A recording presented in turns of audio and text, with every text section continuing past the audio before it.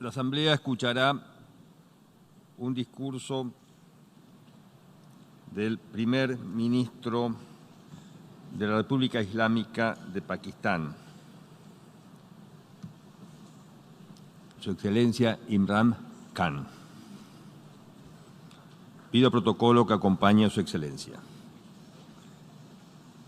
Tengo el gran placer de dar la bienvenida al señor primer ministro de la República Islámica de Pakistán, a quien invito a dirigirse a la Asamblea General.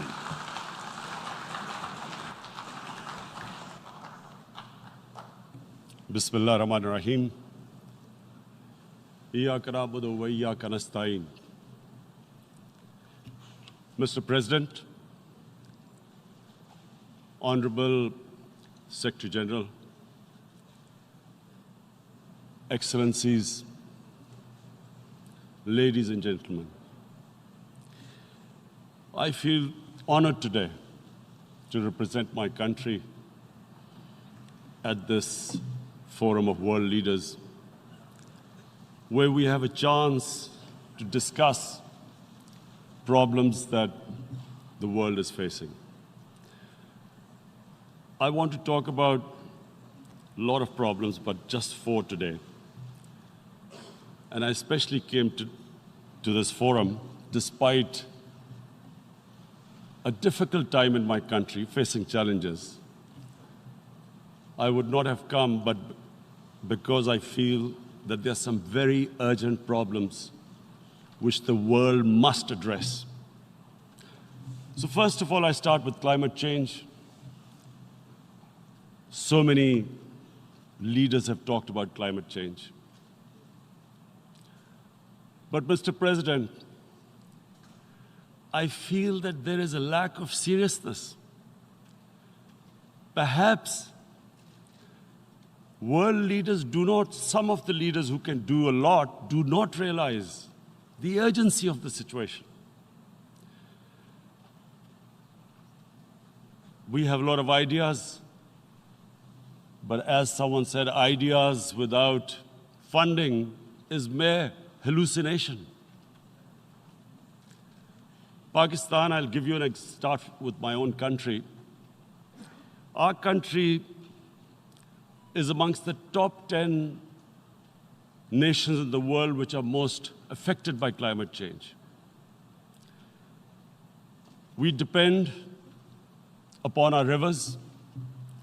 We are mainly an agricultural country. And 80% of the water in our rivers comes from our glaciers. The glaciers, not just on the Pakistani side, even India. The river, the 80% of the water in Ganges and the Indian rivers also comes from the glaciers, from the Himalayan glaciers, Karakoram, Hindu Kush. And these glaciers are melting at quite a rapid pace. We detected already 5,000 glacial lakes in our mountains. And if this keeps going, if nothing is done, we are scared that humans are facing a huge catastrophe. In my country, when my party came to power in the province of KP, we planted 1 billion trees in 5 years. Now we've set ourselves a target of 10 billion trees in Pakistan. Idea being to counter the effects of global warming. But one country cannot do anything.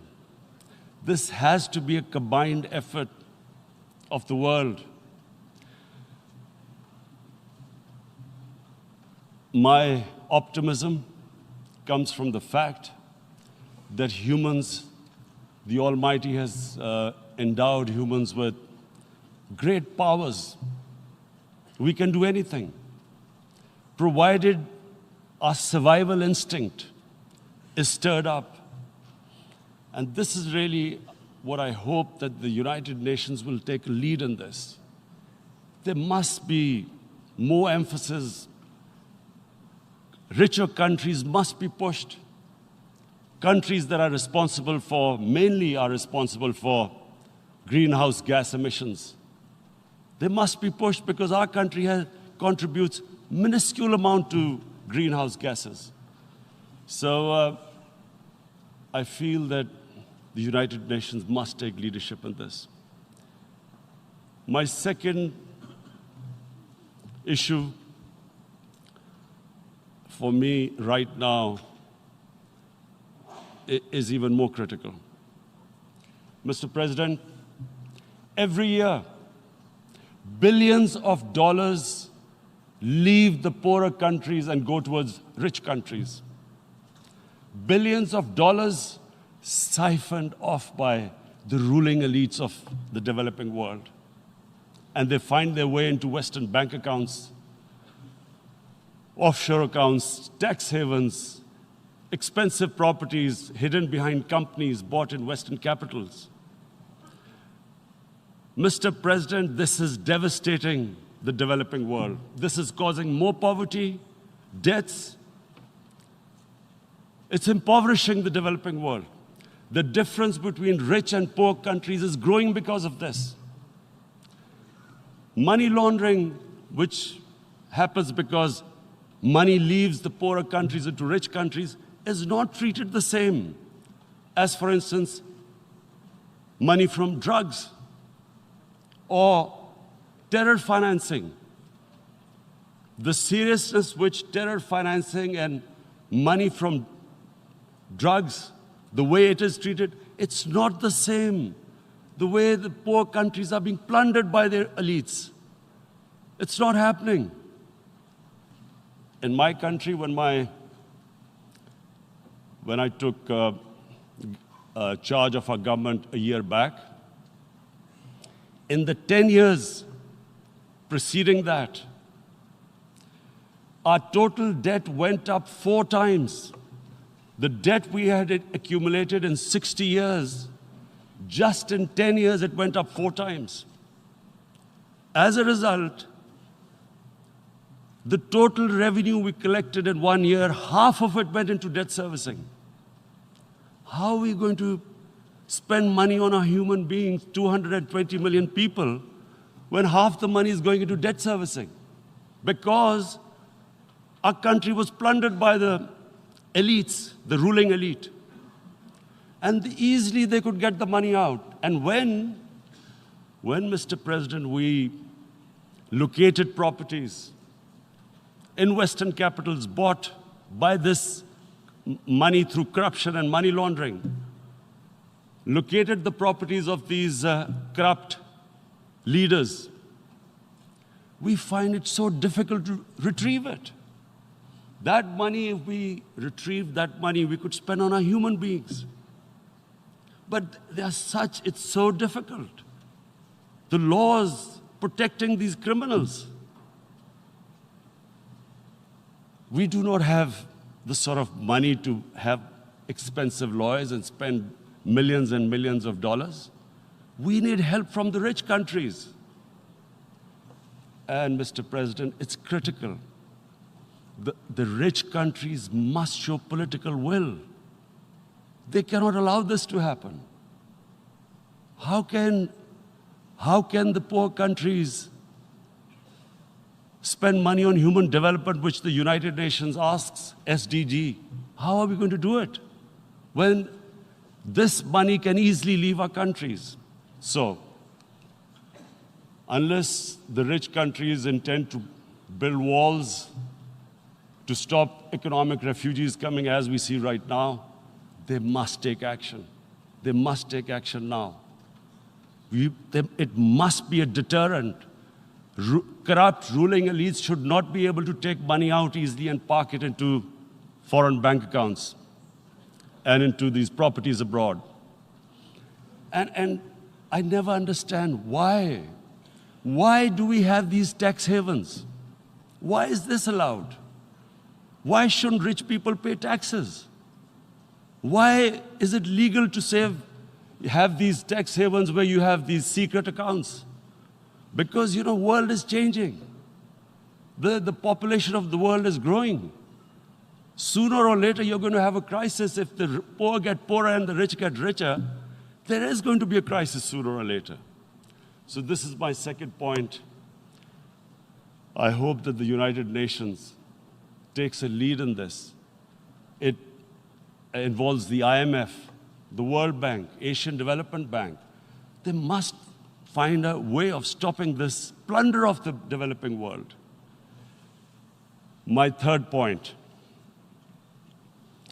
is Islamophobia.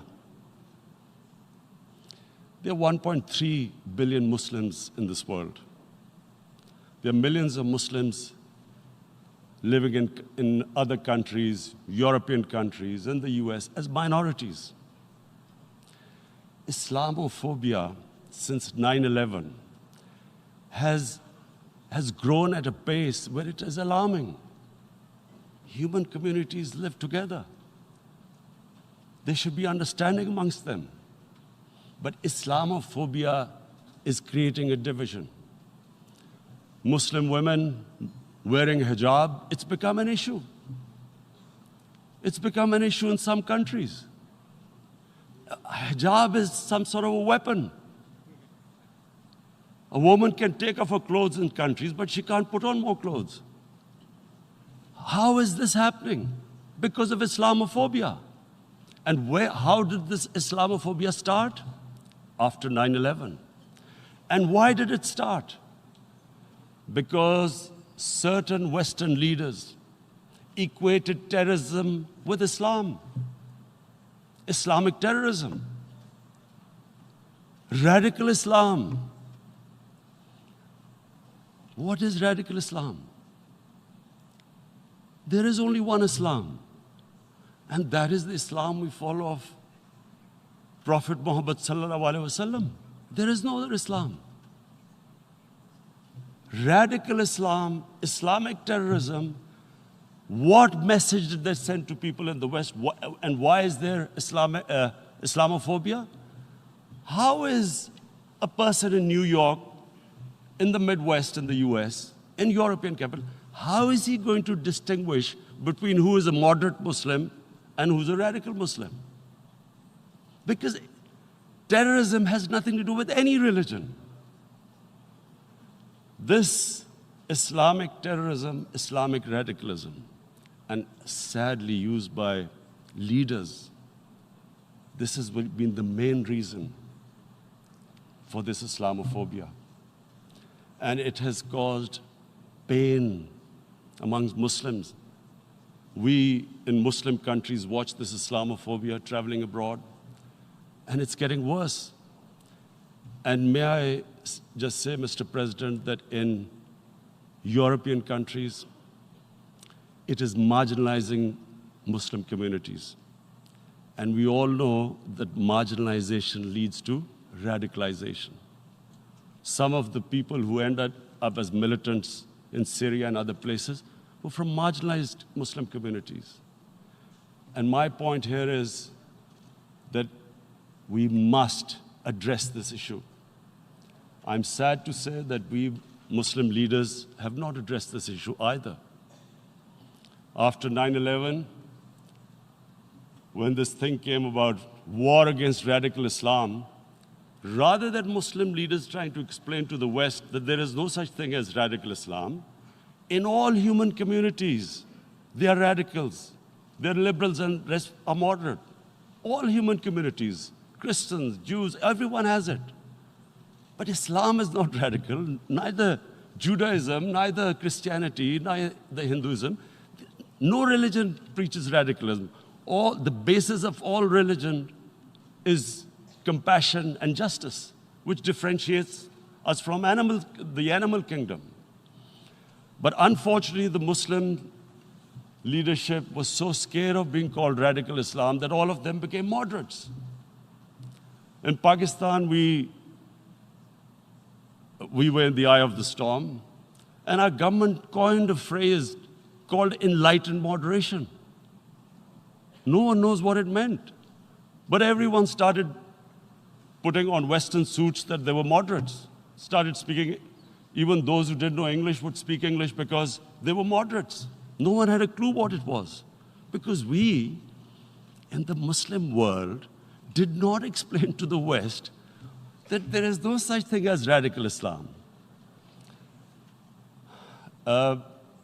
One of the reasons why after 9/11, Islam was supposed to be equated with terrorism was suicide attacks. Because the 9/11 bombers did a suicide attack, all sorts of theories came up that the Muslims are involved in suicide attacks because they will get virgin in heavens. Some came up with, what about women, suicide attackers? So this bizarre thing happened. No one explained. Suicide attacks and Islam were equated. No one did research that before 9/11, the majority of suicide attacks in the world were by Tamil tigers, who were Hindus. No one blamed Hinduism, and quite rightly. What has Hinduism got to do with what desperate people were doing in Sri Lanka? We all know about, we've seen films about Japanese kamikaze pilots at the end of the Second World War doing suicide attacks. No one blamed the religion. But here we were trying to prove we were moderates and not explaining to the West. But the most important thing I wanted to say here today, in explaining this Islamophobia, Mr. President, and I feel it's very important because I've spent, because of I played professional sport in England, I spent a lot of time there. So I know how the Western mind works and how West views religion. So where the misunderstanding about Islam came. And one of the reasons it caused Islamophobia. That was, in 1989, this book was published, maligning, insulting, ridiculing our Prophet Muhammad sallallahu alaihi wasallam. And there was a reaction in the Muslim world. The West couldn't understand what was the problem. Because in the West, because I have spent so much time in the West, religion is perceived completely differently. They don't look upon religion like we do. And so, Islam was supposed to be an intolerant religion. It was against freedom of expression. And Islam took a real beating 30 years ago. I still remember it became a watershed. And every 2 or 3 years, someone would malign our Prophet, peace be upon him. There would be a reaction by the Muslims. And again, it was Islam, an intolerant religion. Again, this time, I blame a certain section of the people in the West who deliberately provoked this, knowing the impact it would have. But the majority of the people in the West didn't understand. This is where, again, Muslim leadership let the Muslims down. We should have explained to them what our Prophet, peace be upon him, means to us. So in 1 minute, I'll try and explain what he means to us. Our Prophet was the witness to the divine book, the Holy Quran. The Holy Quran is the book of guidance for Muslims, and the Prophet's life was living the Quran. He was an example of what the Quran guided us to be. So he is the ideal we all try to get to. The Prophet created the state of Medina, the first state in Islam. That state was the basis of a Muslim civilization which became the predominant civilization for the next 700 years. And what was that state? I hear such strange things about Islam, that it is against women, it's against minorities. The first state of Islam in Medina, it was the first time a welfare state was set up. The state took responsibility of the weak, widows, orphans, poor people, handicapped. It taxed the rich, spent the money on the poor. The state announced that all human beings are children of Adam, hence equal, whatever the color of their skin. The state announced, the Prophet announced that, and slavery, the whole system depended on slavery as it did for many years in the Western societies. The Prophet said that one of the greatest deeds is to free a slave. But because the society depended on slavery, he said, but if you have to treat them as an equal member of the family. And as a result, something happened in a Muslim world which hasn't happened in any other civilization. Slave dynasties appeared. Slaves became kings. The Mamluks, slaves who ruled Egypt. In India, there were slave dynasties. And then, with minorities, again, you hear that Islam is supposed to be against minorities. Let me just make this clear. In Islam, the Prophet announced that everyone was free to practice his religion. It was a sacred duty to protect the places of worship of all religions. He announced that every person is equal in front of law, whatever his religion or his color. And this incredible case, and I always quote this, that the fourth Khalifa, the head of state of Medina, he lost a court case against a Jewish citizen. So, number one, it showed there was a rule of law, no one was above law. And number two, that a Jewish citizen was an equal citizen. So, Mr. President, when a Muslim society is unjust to its minorities, it is going against the religion of Islam and our Prophet, peace be upon him. So, it is important to understand this. The Prophet lives in our hearts. When he's ridiculed, when he's insulted, it hurts. As we human beings understand one thing, the pain of the heart is far, far, far more hurtful than physical pain. And that's why the Muslims react. And I always thought that if I ever had the stage, I would try and explain this to the world community, especially to the Western community, because having lived in the Western community, people didn't understand this.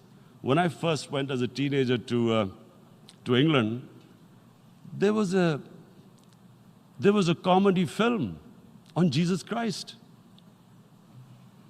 It's unthinkable in Muslim societies.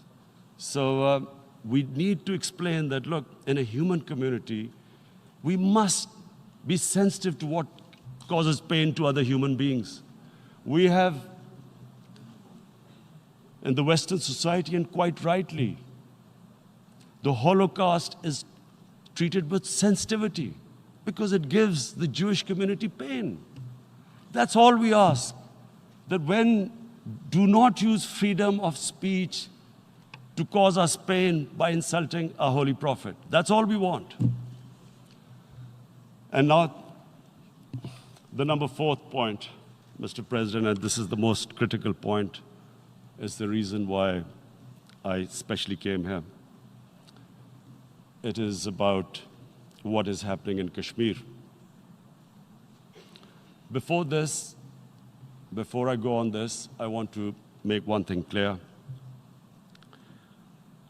that when we came to power, my first priority was that Pakistan would be a country which will try its best to bring peace. We had been through this war on terror. We joined the United States war on terror after 2001. And Pakistan went through one of its worst periods where 70,000 Pakistanis died and over 150 billion was lost to our economy. And Mr. President, I opposed the war because in the 80s, Pakistan had joined the Western countries in what was the freedom struggle then in Afghanistan against the Soviets. And it was funded by the Western countries. These Mujahideen groups, which were treated in guerrilla warfare, were trained by Pakistan Army, funded by the Western countries, and especially US, and they waged what was a freedom struggle in Afghanistan. The Soviets called them terrorists. We called them freedom fighters. 1989, the Soviets retreated.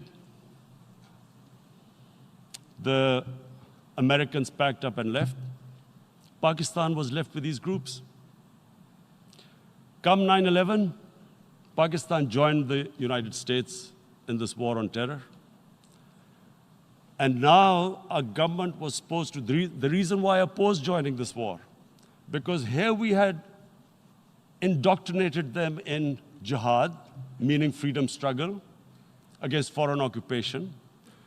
Now, because we had joined the US, and the US had occupied Afghanistan, now we were supposed to tell them that, no, this is not freedom struggle and jihad, it's terrorism.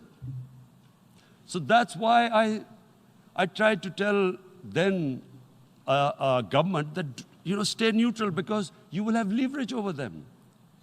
You will be able to control them. But if you join them, you become collaborators and they will attack you, which is what happened. They turned against us. We went through a nightmare. 70,000 people killed in a war we had nothing to do with. No Pakistani was involved in 9/11. Taliban were in Afghanistan. Al-Qaeda was in Afghanistan. What had we to do with it? 70,000 Pakistanis died. So when we came to power, we decided that we would dismantle what was left of these groups. And this decision was taken not just by us, but by all the political parties in Pakistan. Unfortunately, they didn't implement it. So we came to power, we decided to implement it, and we dismantled whatever was left of the groups. And I know that India keeps accusing us that there are these groups there. I would like the United Nations to send observers, see for themselves what we've done. No Pakistani government would have dared to do this because it would have created strife. But we decided that there would be no militant organizations in Pakistan. So I need to give you this background and to what I'm going to say later on. And secondly, we started mending fences. I invited the Afghan president. We developed a relationship with Afghanistan. We had problems with Iran. We mended fences there. And then India. Now let me just give you a little background about my relationship with India. Because of cricket, and cricket being it's a passion in the subcontinent, I had great following in India. I have friends in India, and I loved going to India. So immediately, when my party came to power, the first thing we did was to immediately reach out to India. And I spoke to President Modi, and I said, look, we have similar problems. Climate change, poverty, let's get together. Let's resolve our differences through trade. Let's build a relationship on trust. Prime Minister Modi told me that, there were terrorist attacks from Pakistan. I said, we have problems with you. There are terrorist attacks which we know are instigated by India in Balochistan. We caught a spy, Kulbhushan Yadav, who admitted what the sabotage going on in Karachi and Balochistan. So we said, look, let's leave that behind. Let's move forward. Our main priority should be our people. The highest number of poor people live in the Indian subcontinent. Unfortunately, didn't make any headways. Our foreign ministers were supposed to meet on this in the UNGA last year. India canceled it. We thought that it's their election coming up. It's a nationalist, ultra-nationalist party. It doesn't want to cozy up to Pakistan. So we thought, okay, we'll wait till the elections. Meanwhile, a 20-year-old Kashmiri boy, whose father said was radicalized by the security forces in Kashmir, blew himself up on an Indian convoy. Immediately, India blamed us.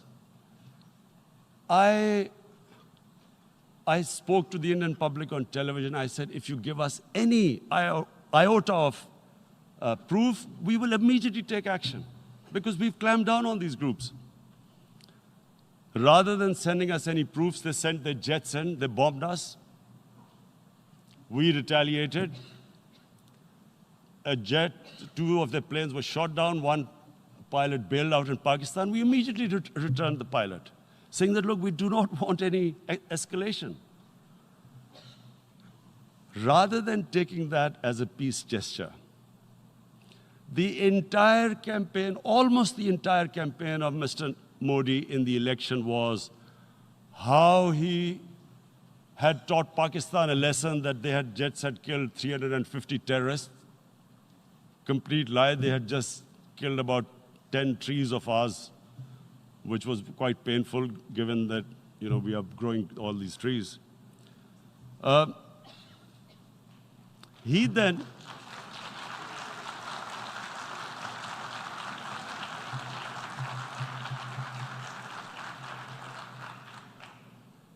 the election campaign, Mr. Modi used words like, this is just a trailer. The movie is about to start. I went into Pakistan and taught them a lesson. This was the election campaign. Okay, so we thought, us politicians make all these statements to win elections. So, okay, after elections, we'll get back to our normal relationship. Well, the moment the elections ended, we approached India. No response, but then we discovered they were trying to push us in the FATF blacklist to bankrupt us. That's when we realized there was an agenda. And that agenda became obvious on the 5th August when India went against 11 United Nations Security Council resolutions, which say that Kashmir is a disputed territory and the people of Kashmir have the right of self-determination. They went against that. They went against Simla Accord, which is about bilateral, sorting out our differences through bilateral means, went against that. They actually went against the Indian Constitution. Illegally, they revoked Article 370, which gave Kashmir the special status. They got an extra 180,000 troops there. Total number of security forces in Kashmir now are 900,000. And they put 8 million people of Kashmir under curfew.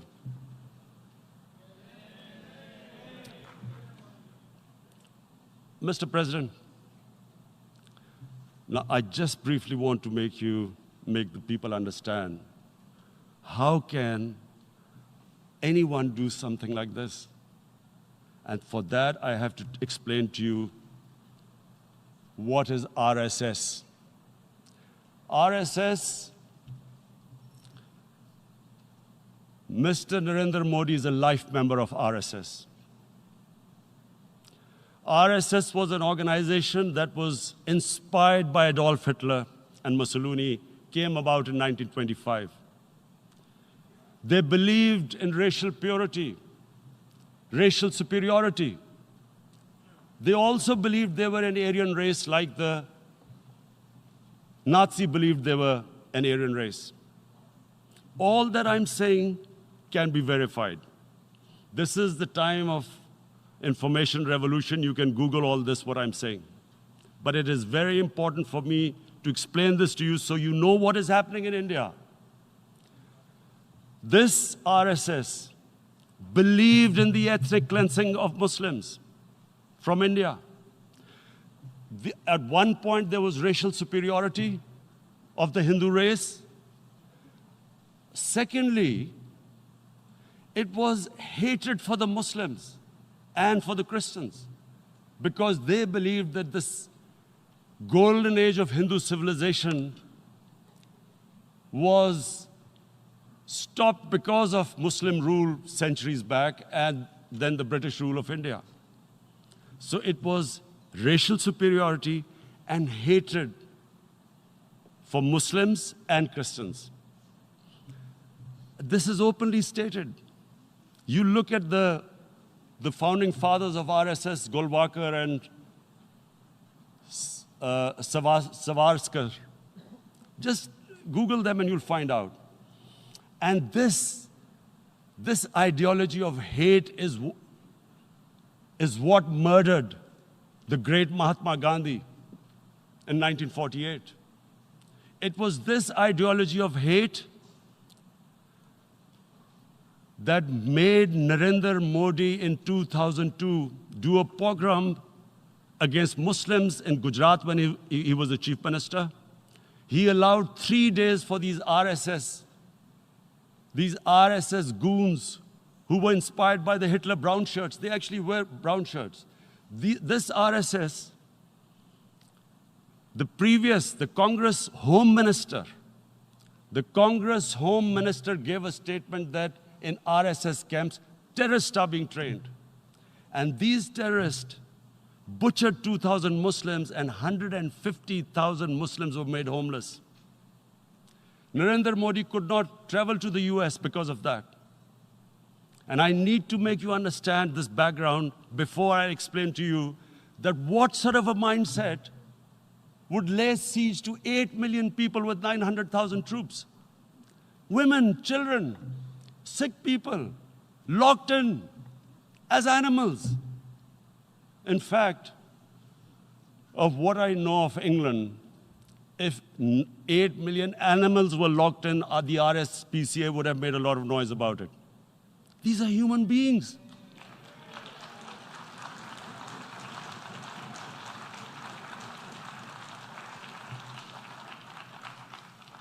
And Mr. President, what comes with racial superiority, these illusions of Aryan superior race, is arrogance. The two go together.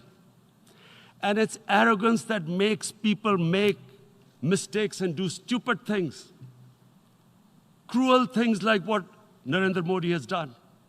It's sheer arrogance.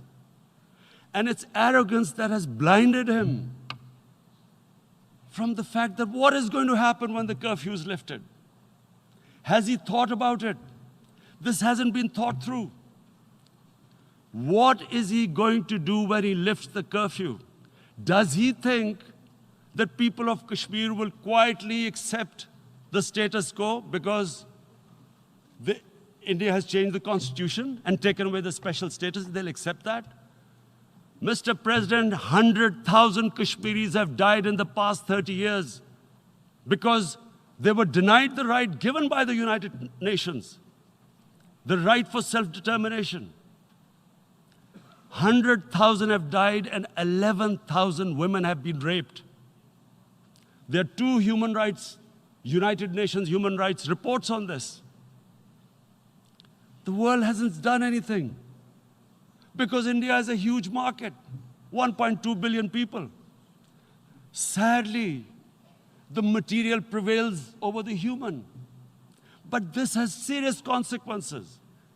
Again, I repeat, that's why I'm here. Look,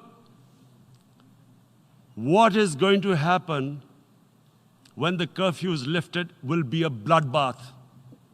The people will come out. There are 900,000 troops there. They haven't come to, as Narendra Modi says, he's done this for prosperity of Kashmir. This is supposed to be for the development. These 900,000 troops, what are they going to do when they come out? There'll be a bloodbath. Has he thought it through what happens then? Mr. President, has anyone thought that what happens when there is a bloodbath? What do you think the impact will have on people of Kashmir? What do you think they will think? The way they have been boxed in their houses, treated like worse than animals, no rights. Thousands of all the political leadership has been arrested, taken out of Kashmir. Even those Kashmiri leaders who were pro-India have been taken out. 13,000 boys have been picked up and taken to God knows which destinations. So what do they think? What will the people of Kashmir do when they lift the curfew? They will be out in the streets. And what will these soldiers do? They will shoot them. They've already used pellet guns, blinded young boys. In the last 6 years, the 5 years, the oppression that has gone on in Kashmir. And so, Kashmiris will be further radicalized. Mr. President, there will be another Pulwama. And guess what? India will blame us. They're already blaming us. They're saying all this is happening because of Pakistan. One of their defense ministers said, there are 500 terrorists lined up on the border to go in. Why would Pakistan send 500 terrorists when there are 900,000 troops? What impact are they going to make? What will they do? And why would? Don't we know that the moment there is some terrorist attack, all that will happen is there'll be further cruelty and oppression of the people of Kashmir. We will just give the 900,000 troops to further crush the people of Kashmir. And then we'll give the Indian government an excuse that, look, Pakistan is a terrorist state, and this mantra that has gone on, Islamic terrorism. The moment you use this catchword, Islamic terrorism, the whole world turns away. No one talks about human rights. You can do whatever you want, which is what has happened in Kashmir, because they keep using this word, Islamic terrorism. And this is what they're doing right now. What do we benefit from further increasing the cruelty on the people of Kashmir? And why would we want this? But there is no other narrative left for India. As when they lift the curfew, whatever happens, Pakistan will be blamed, and there is always a danger of another Pulwama.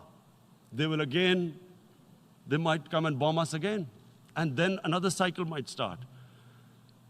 And what does Narendra Modi think? That 180 million Muslims of India are thinking right now. Aren't they watching these Kashmiris stuck inside for 55 days they've been stuck in? Aren't they watching? What do you think? Don't you think that the Muslims will be radicalized in India? And I'm talking about 180 million people. And when they get radicalized, there will be some incident in India somewhere down the line. Again, we will be blamed. And I'm warning you right now, again, we will be blamed. And Mr. President, what about 1.3 billion Muslims who are watching this? And they know that it is only happening in Kashmir because they're Kashmiri Muslims. This is not happening to Kashmiri Hindus. They know that this is happening because of their religion. So what do you think they will be thinking? What do you think the Jewish community would think if there were, forget 8,000 Jews stuck like this? What do you think Europeans would think? What do we think? I mean, any human community, if their members are stuck like that, what do you think they will think? Are we a children of a lesser God? Is it not going to cause us pain? And then I'll tell you what will happen. People will, in the 1.3 billion Muslims, someone will pick up arms. I know we've been brought up with films, Western films. This good, decent guy doesn't get justice. he decides to pick up a gun and start seeking justice. There was a film made in New York, famous film called Death Wish. This guy gets mugged by and his family, his wife gets killed or something. He can't get justice. He picks up a gun and he goes around shooting muggers. And the whole cinema cheers him on. So what do you think the Muslims are thinking right now? If there is a bloodbath, there will be Muslims becoming radicals, not because of Islam, but because of what they will see, that there's no justice when it comes to Muslims. There were Rohingya Muslims, Myanmar, who are, God knows, almost 1 million people out, ethnic cleansing. What was the response of the world community? So what do you think will be the response of 1.3 billion Muslims? I picture myself. I'm in Kashmir. I've been locked up for 55 days. I have heard about, and there are rapes, Indian Army going into homes, soldiers. Would I want to live this humiliation? Would I want to live like that? I would pick up a gun. You're forcing people. You are forcing people into radicalization. When people lose the will to live, what is there to live for? And this is what, if you can do this to human beings, you are actually radicalizing people. And so, Mr. President, I want to repeat here, this is one of the most critical times. There will be a reaction to this. Pakistan will be blamed. 2 nuclear-armed countries will come face to face like we came in February. And before we head in that direction, the United Nations has a responsibility. This is why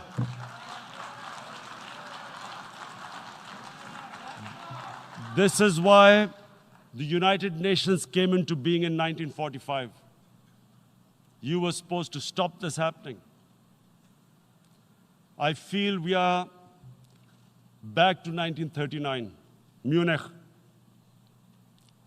Czechoslovakia has been taken, annexed. What is the world community going to do? Is it going to appease a market of 1.2 billion, or is it going to stand up for justice and humanity?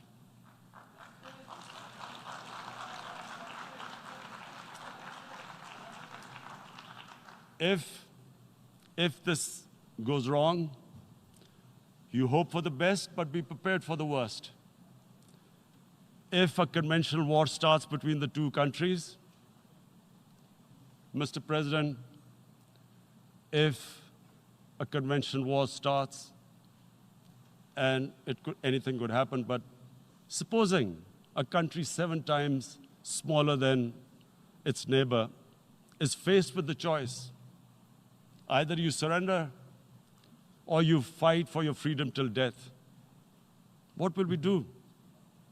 I ask myself this question. And my belief is, La ilaha illallah, there is no God but one. And we will fight. And when